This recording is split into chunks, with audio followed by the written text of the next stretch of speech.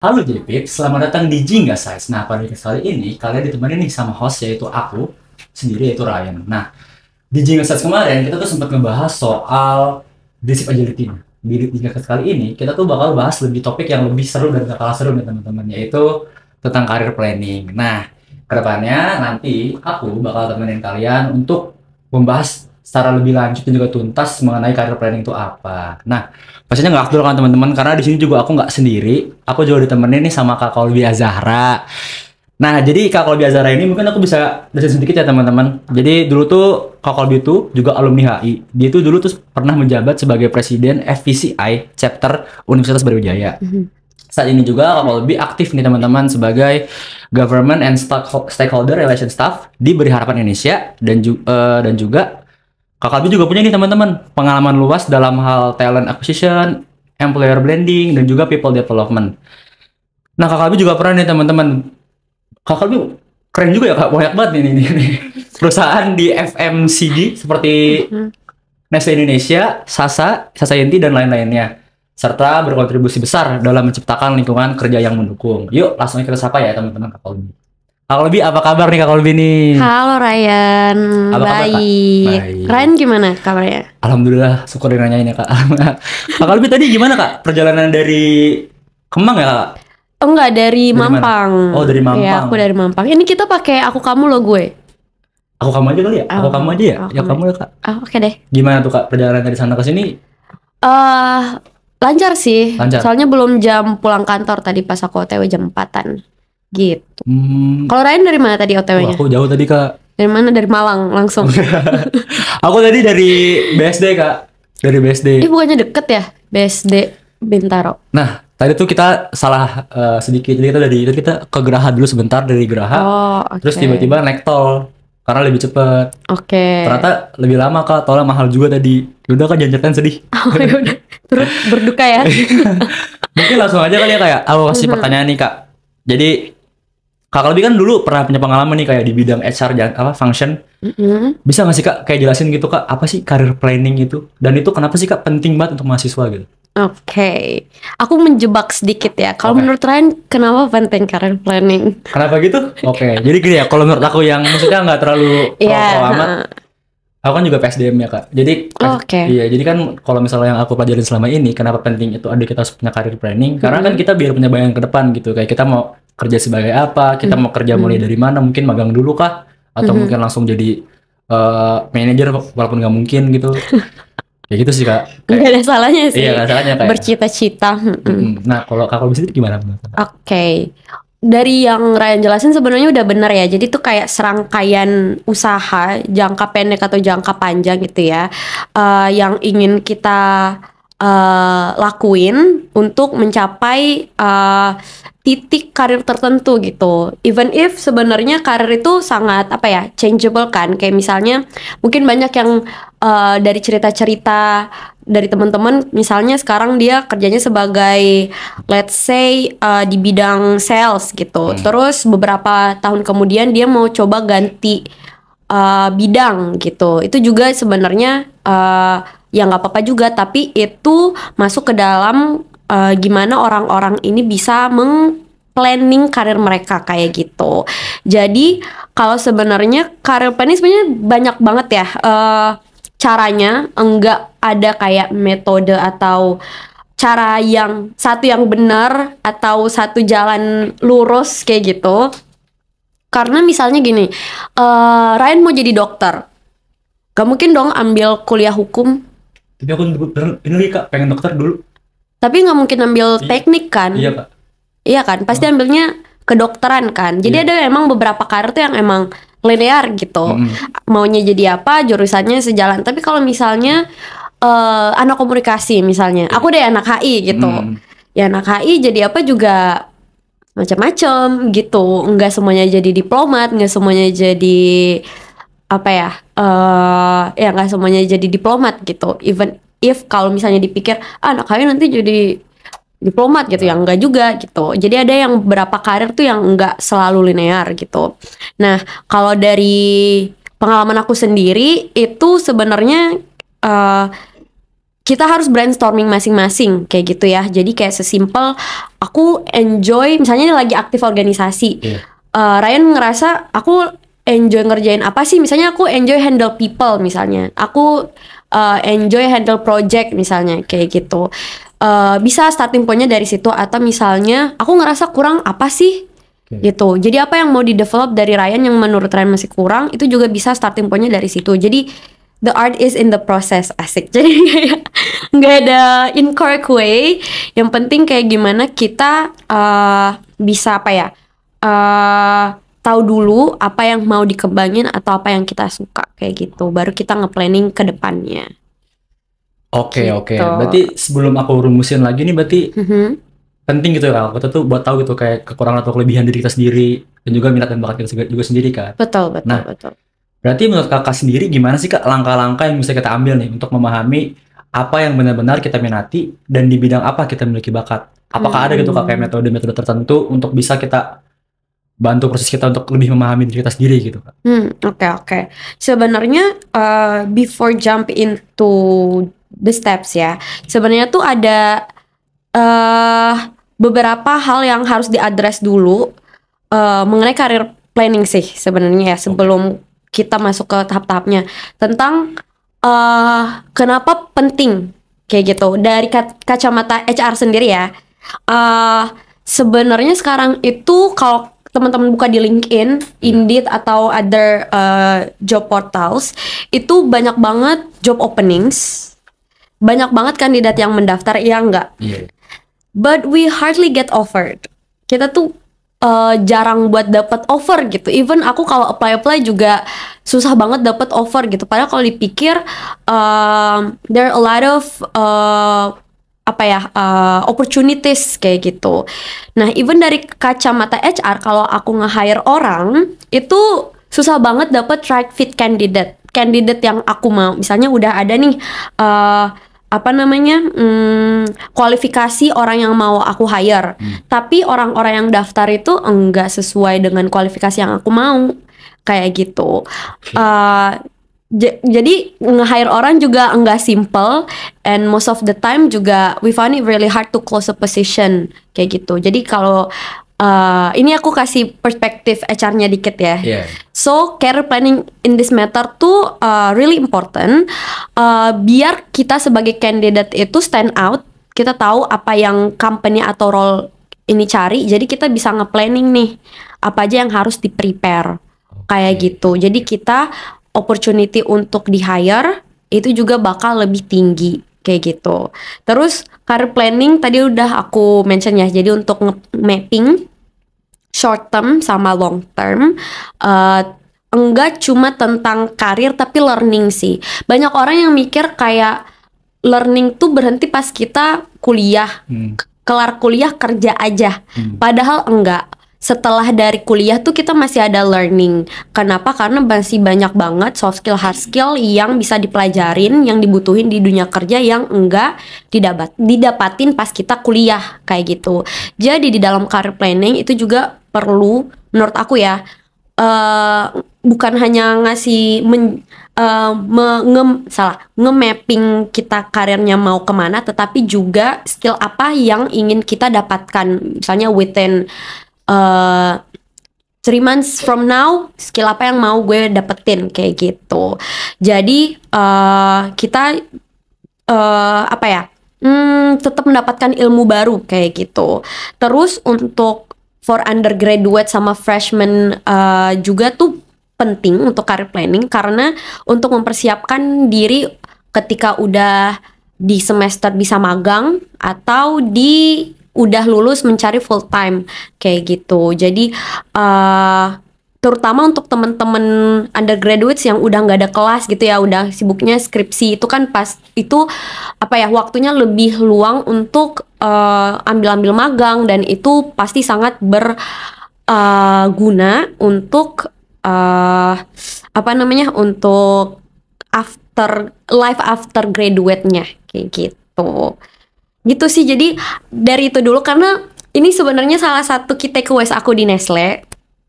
Sebelum melakukan sesuatu tuh harus tahu why we doing it. Jadi begitu kita udah tahu, career planning ternyata sepenting itu, even sampai kita udah nggak kuliah gitu ya.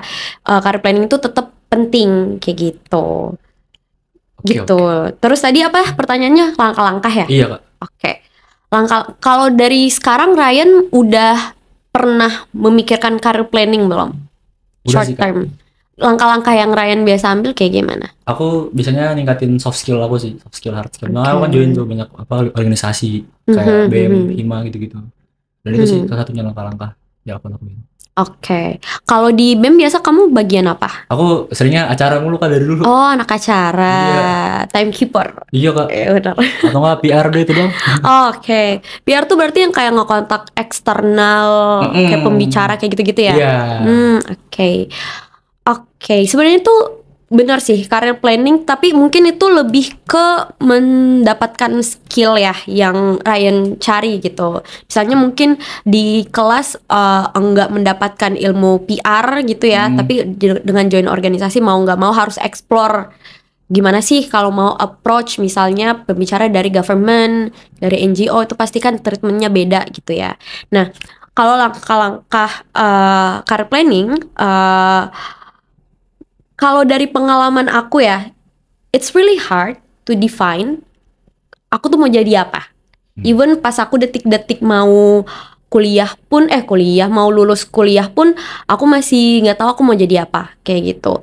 Dan mungkin banyak juga teman-teman mahasiswa sekarang yang bingung mau jadi apa gitu. Jangankan mau career planning, nge-planning apa mau jadi apa juga masih bingung gitu kan. Jadi tadi yang aku bilang, we can start from what we like. Misalnya aku suka painting, fotograf, atau kayak aku suka writing. Kita bisa explore dari situ misalnya. Terus dari explore potential itu bisa juga kita masuk ke tadi yang di mention, organisasi, ikut lomba kayak gitu. Aku personally pas kuliah alhamdulillah cukup aktif di mengikuti lomba baik itu nasional, internasional maupun juga organisasi gitu ya. Sesimpel bukan karena gabut, tapi emang karena aku ngerasa aku nggak tahu. Aku banyak nggak taunya gitu. Aku merasa banyak kurangnya. Jadi dengan mengikuti lomba, aku lihat orang lebih pintar dibanding aku. Aku tuh lebih terpacu kayak, Colby, you need to learn more kayak gitu. Berarti kalau bisa aku simpulkan sedikit, berarti Kak Colby ini memulai perkenalan diri itu dengan rasa penasaran awalnya. Penasaran, iya sih bener, explore. Yang tadi aku bilang, aku ngerasa kurang gitu. Dari situ starting point aku untuk apa sih yang harus aku develop gitu. Dulu misalnya aku lumayan gak aktif di kelas, aku ikut join debate competition gitu. Aku jadi tahu gimana cara brainstorming, ngomong yang benar kayak gitu. Gitu sih. Tapi again, everyone has their own way. That's just my experience gitu. Salah satu key takeaways dari manajer aku di salah satu tempat aku magang juga bilang, karena kita itu mahasiswa, kita sebenarnya nggak tahu apa-apa kayak gitu. Makanya once we trusted to handle something, please be willing, please have willingness to learn and willingness to do more. Kayak gitu. Karena kita nggak tahu apa-apa nih. Misalnya nih Ryan coba kamu approach 5 instansi hari ini untuk webinar misalnya gitu. Dari situ berarti kan Ryan dikasih kepercayaan untuk menghandle satu task itu kan.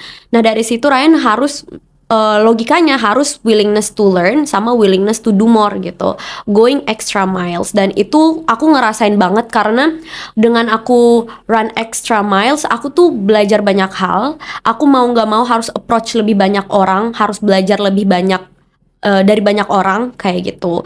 Dan itu menurut aku ngebuka mata aku tuh mulai suka apa sih kayak gitu. Kemarin pas aku di starting point aku kan dari Sasa ya, aku magang di Sasa. Nah aku jadi belajar kayak aku enjoy untuk handle employee branding kayak gitu. Baru aku dikasih kepercayaan untuk handle TikTok Sasa, IG Sasa. Itu tuh Sasa gitu. yang micin itu Kak? Bukan. Gimana? Sasa tuh Sasa yang merek bumbu masakan. Iya, yang micin itu kan. Benar. Oke, berarti tadi kalau misalnya aku simpulin sedikit, berarti tadi kalau dari perspektif Kak Colby sendiri berarti kan lebih kayak ada kemauan gitu ya, ada kemauan dari kita untuk kayak mencari tahu, ada Benar, kemauan untuk benar. kayak career planning. Oke, berarti di sini bisa disimpulin seperti itu kali kayak. Iya benar, itu starting pointnya sih. Karena sebenarnya again mahasiswa tuh masih apa ya? Kita tuh kurang mendapatkan exposure ke karir sebenarnya pas kita jadi mahasiswa, kecuali kalau kita pas magang kayak gitu. Tapi kalau misalnya ditanya kayak strategic stepnya Iya. untuk melakukan career planning, kalau aku sendiri itu lebih membuat tracker sih, tracker di spreadsheet. Jadi aku nge-track achieve apa yang aku mau achieve dalam tahun ini kayak gitu ya.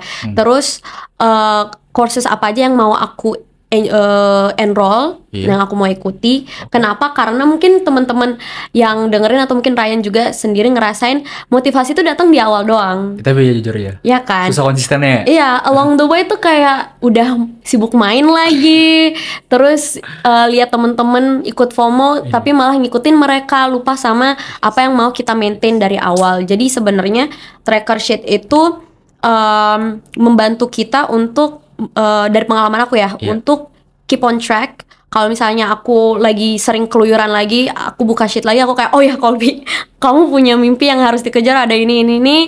Kamu belum, misalnya aku belum daftar les ini, padahal aku mestinya udah harus di bulan ini tes, kayak misalnya kayak gitu. Jadi lebih ke track dan gimana ya? Kalau aku suka bilangnya aku ngekorlapin diri aku sendiri gitu. Jadi kayak nggak ada dong yang bakal marahin aku, yang bisa marahin aku sendiri ya diri aku sendiri kayak gitu. Oke Kak, Gitu. berarti tadi oke nih teman-teman JPIPS, mungkin tadi caranya Kak Colby itu bisa diikutin tuh yang tadi bikin trackers itu, karena biar bisa kita tetap on track gitu ya. Bener. Mungkin aku langsung aja kali kayak ke next question. Mungkin kan itu setelah kita udah tahu nih Kak, kita bakatnya apa, kita minatnya apa. Nah setelah itu apa lagi Kak, kayak strategi efektif untuk meningkatkan keterampilan yang kita sudah miliki gitu? Oke. Atau mungkin sering dilatih Kak setiap hari, atau mungkin ya udah didiemin aja. Ada Kak cara-cara tertentu gitu? Tadi sebenarnya udah di-mention sih sama Ryan. Jadi kayak join organisasi itu penting banget gitu ya. Aku nggak tahu apakah tren join organisasi sekarang tuh masih ada karena MSIB. Aku nggak tahu ya. Tapi join organisasi itu penting banget untuk dapat koneksi tuh udah pasti gitu ya. Ngebantu. Kalau kemarin tuh karena aku di bagian desain, jadi aku benar-benar dapat banyak ilmu di perdesainan, dan itu membantu banget pas aku di employer branding, karena employer branding juga nggak jauh dari aku ngerevisi desain, ngerevisi video kayak gitu. Terus join competition itu pasti banyak banget kompetisi kemarin itu karena aku ditarik sama teman aku ya untuk join debate sama MUN.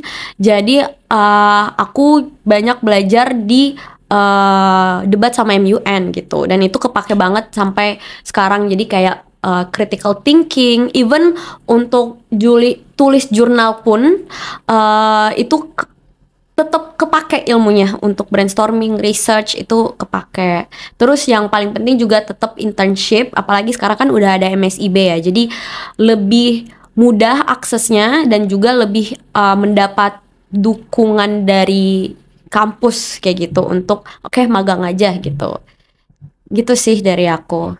Oke Kak, mungkin aku mau nanya sih Kak, kayak misalnya nih, kayak aku kan misalnya aku lagi ngerencanain karir, misalnya aku pengen jadi orang yang misalnya jadi lawyer gitu, misalnya aku akhirnya masuk kuliah hukum, aku join eskul lagi, UKM debat gitu segala macam. Nah ada nggak sih Kak, kayak mungkin tantangan atau mungkin cobaan gitu yang muncul itu bukan dari diri sendiri gitu, lebih ke dari mungkin lingkungan Kak, atau mungkin teman-teman gitu, atau mungkin dari orang tua atau gitu? Ada nggak sih Kak tantangan-tantantangan di luar diri kita sendiri gitu? Oke.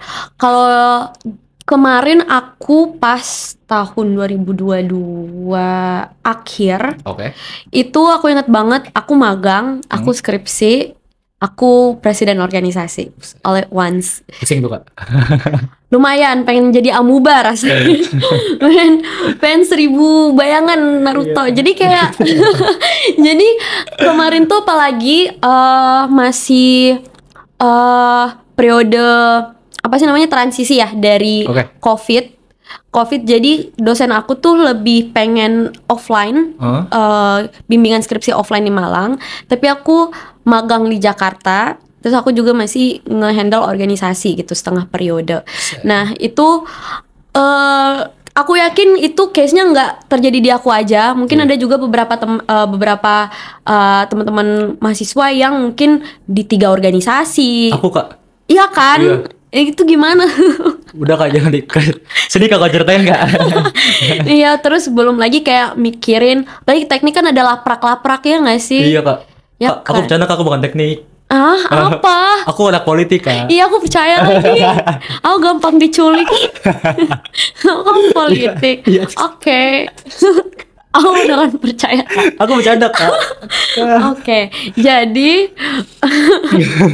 jadi maksudnya karena kita itu aku paham sih pas kita mahasiswa tuh kayak kita pengen aktif, pengen main gitu ya. Jadi kita suka join banyak organisasi, kesibukan kita banyak, pokoknya yang paling sibuk deh pokoknya gitu. Yang kemarin itu salah satu aku nge-address kondisi ketika aku memiliki banyak tanggung jawab di beberapa tempat, time management sih sama skala prioritas. Jadi kayak aku misalnya weekendnya full revisi skripsi kayak gitu. Dan salah satu hal yang terpenting juga karena aku pas itu magang ya, aku ngomong sama dosen kayak gitu. Aku bilang, Pak, saya magang, skripsinya saya kasih progres per 3 bulan misalnya kayak gitu. Terus aku kasih tahu juga sama manajer aku. Aku bilang kayak, Kak, aku ada skripsi, dikit lagi ujian. Jadi kayak pokoknya aku let people know kalau aku tuh juga handle a lot of things. Jadi mereka tuh lebih paham kondisi aku, tapi aku juga nggak meninggalkan tanggung jawab kayak gitu. Jadi misalnya aku ke Malang, ya aku tetap bawa tugas-tugas magang aku kayak gitu. Kayak gitu sih, dan lebih ke time management sama skala prioritas sih. Jadi misalnya yang mana lebih urgent dulu kayak gitu. Jadi ada satu waktu di bulan Oktober apa November gitu, aku tiap 2 minggu PP Jakarta Malang. Iya, jadi kayak itu capek banget, tapi ya seru-seru aja sih. Seru ya Kak? Ya seru aja. Iya. Seru sih Kak kelihatan. Aku mau nanya sih Kak. Iya. Kan aku kan juga sama-sama kayak Kakak ya Kak. Dulu juga sering ikut kegiatan seperti organisasi gitu-gitu. Nah, pas Kakak memasuki dunia pekerjaan nih, kayak dunia karir itu tuh ilmunya tuh ini gak sih Kak? Kayak kepake gak sih Kak? Kayak kita kan kalau misalnya nih aku nanya nih kayak pernah tuh ada yang nanya ke aku, orang tua aku nanya kayak, kamu Ryan ikut segala macam gini-gini 3 organisasi emang nggak capek, emang bakal kepake nantinya, emang kepake gini segala macam. Aku mikir iya juga ya. Nah, pas aku nanya-nanya ke kating-kating segala macam, kata mereka tuh ini bakal kepake gitu skill-skill di dunia kerja gitu. Jadi buat kamu yang sekiranya belum pernah ikut organisasi sama yang udah, itu tuh bakal kerasa banget gitu. Bener gak sih Kak? Itu sebenarnya kalau dari pengalaman aku sendiri ya, iya kepake banget. Kenapa? Karena ketika kita di organisasi, kita tuh manage orang, manage expectation. Sesimpel kalau misalnya kita kalau kamu manage event misalnya jadi kamu tahu apa aja langkah-langkah yang harus dilakukan untuk eksekusi sebuah project misalnya. Dan itu kan kepake banget di tempat kerja. Kayak misalnya kamu dikasih project sama manajer kamu kayak gitu, kayak handle ini dong, employee engagement, event internal kayak gitu. Kamu udah tahu dong harus ngapain aja, apa yang harus disiapin. Terus kayak misalnya kamu dikasih, kamu boleh bentuk tim, kamu udah tahu delegasi tugasnya kayak gimana gitu. Karena kamu udah pernah explore kayak gitu. Dan again, even if magang, even if magang, kita jadinya punya apa ya? Basic gitu Kak? Bukan basic, kita boleh melakukan kesalahan kayak gitu, karena itu masih part of learning kayak gitu. Yet alone kamu udah ada pengalaman di organisasi kayak gitu. Jadi hopefully ketika udah intern pun itu udah jauh lebih bagus lah kayak gitu, karena udah ada gambaran pas organisasi. Berarti kalau misalnya kita udah bukan magang nih Kak, misalnya kayak Kakak udah misalnya full time gitu, itu apakah kita dituntut untuk sempurna atau gimana Kak? Atau mungkin mereka lebih menghargai proses kita gitu? I think that's based on the company ya, sama tim atau leadership yang ada kayak gitu. Kalau misalnya dituntut sempurna ya dong pasti makin sempurna makin efektif kerjanya ya kan. Cuman balik lagi adalah gimana kita collaborate ketika kita kerja kayak gitu. Kalau misalnya kita pas organisasi udah terbiasa ngekontak people, gimana kita nge-treat orang dari beda department dengan orang yang lebih di atas kita tuh pas kerja juga udah tahu gimana menempatkan diri kayak gitu. Mungkin kita kembali lagi ya ke career planning nih Kak. Oke. Mungkin ada nggak sih Kak kayak sebenarnya ini nggak juga career planning banget sih. Aku mau nanya sih Kak, ini kayak ini dari aku personal aja mau nanya. Oke. Ada nggak sih Kak kayak aku kan juga nih, aku lagi ngejalanin proker tentang tips and trick di dunia pekerjaan gitu. Jadi kayak jangan panjang sih kok jelasinnya, marketing lagi. Sorry. Jadi gini, ada nggak sih Kak kayak mungkin tips atau mungkin cara gitu untuk adaptasi dengan dunia karir saat ini gitu? Mungkin apakah kita harus jadi orang fleksibel atau mungkin harus join organisasi dari kuliah gitu atau gimana? Oke. Untuk beradaptasi sama karir saat ini. Dunia karir saat ini. I see. Mungkin kalau dari angkatan aku sendiri ya, banyak teman-teman aku tuh yang lumayan ambis, yang sebelum lulus udah 5 kali magang kayak gitu. But again itu preferensi orang-orang kayak gitu. Ada juga yang kayak baru lulus baru dia aktif cari kerja dan juga sampai sekarang sukses-sukses aja kayak gitu. Jadi sebenarnya tips and trick itu everyone will have their own key takeaways from their experience. Kalau menurut aku sendiri, explore role sebanyak mungkin, make yourself uncomfortable, biar kamu tahu to what extent limit kamu kayak gitu. Jadi dengan kamu explore banyak role, kamu tuh tahu kamu tuh sukanya di mana, kurangnya di mana kayak tadi. Kayak kemarin tuh aku kalau misalnya di HR function, aku pernah support di people development, employer branding, talent acquisition, terus juga bantu-bantu dikit di di program manage program magangnya. Aku jadi paham kayak aku tuh di HR function sendiri lebih enjoy atau lebih mau pursue karir yang dimananya kayak gitu. Jadi explore role sebanyak-banyaknya sih menurut aku gitu. Berarti kalau misalnya kayak aku nih yang acara mulu itu nggak baik ya Kak? Harusnya aku coba yang lain gitu Kak? Aku nggak bisa bilang itu nggak baik ya. Cuman mungkin kalau kamu keluar dari zona nyaman kamu, kalau kamu mungkin anak event terus, kamu tutup mata kamu bisa handle event kayak gitu, ya nggak sih? Karena udah tahu gitu permainannya kayak gimana. Tapi once kamu keluar dari itu, mungkin kamu masih balik lagi dari nol gitu, belajar, ya nggak sih? Jadinya kamu tahu gitu, kamu ternyata aku nggak suka event doang, aku ternyata juga suka desain, misalnya kayak gitu. Berarti lebih ke explore gitu ya Kak? Iya, explore. Berarti abis ini aku bakal explore teman-teman. Benar banget. Apalagi masih muda, explore aja gak sih? Bener. Gak ada salahnya. Berarti mungkin ini terakhir kali ini ya. Aku mau nanya ke Kolbi lagi nih, kembali lagi ke kita bahas soal CV lagi. Ini mungkin teman-teman Jeffus juga mungkin kepo kali ya. Terakhir kali nih. Jadi aku mau nanya nih Kak. CV itu penting gak sih Kak? Dan untuk jaringan profesional dalam perencanaan karir, ada gak sih Kak tips and trick gitu buat kita semua gitu? Oke. CV itu banyak orang yang mikir CV itu adalah alat atau tools yang bikin mereka keterima kerja. Betul. Kata manajer aku, dan ini aku ilhami sampai sekarang, CV itu adalah alat yang berguna untuk kamu mendapatkan interview pertama. Interview pertama itu berguna untuk kamu mendapatkan interview kedua. Tergantung company-nya, role-nya, mungkin interview kedua ini tahap terakhir, baru interview kedua ini yang membantu kamu untuk mendapatkan offer. So it's a long process, tapi pintu pembukanya adalah CV. Jadi apakah penting? Penting dong. Without CV kamu nggak bakal dapet interview 1, 2 bahkan offer, ya nggak sih? Gitu. Nah, kalau dibilang apakah penting? Penting banget ya. Aku sebagai HR yang nge-screening banyak CV dalam satu hari. Kalau dari Google, teman-teman bisa lihat HR tuh only take 5 to 7 seconds untuk nge-screening satu CV.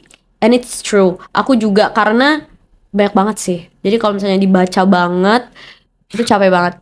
pulang-pulang kerja kayaknya udah kayak zombie sendiri, kayak udah capek banget baca banyak CV kayak gitu. Jadi karena you only have 7 seconds, padahal kalau kita nge-build CV bisa berhari-hari ya. Iya, Kak. Tapi ya HR cuma baca beberapa detik kayak gitu. So make sure CV kamu itu catchy-nya tuh misalnya ngasih tahu punchline informasinya paling atas kayak gitu. Misalnya Berarti ini Kak, sorry motong. Jangan bertele-tele gitu Kak, langsung to the point gitu apa gimana? iya bisa, tapi maksud aku itu misalnya nih yang dicari accountant. Terus CV kamu jelasin kamu adalah PR. Iya. Ngapain dibaca sampai akhir? Iya sih. Ya kan? Nggak nyambung gitu ya? Iya, kayak gitu. Jadi buat CV kamu sekece mungkin, serelate mungkin dengan role yang kamu ingin dapatkan kayak gitu.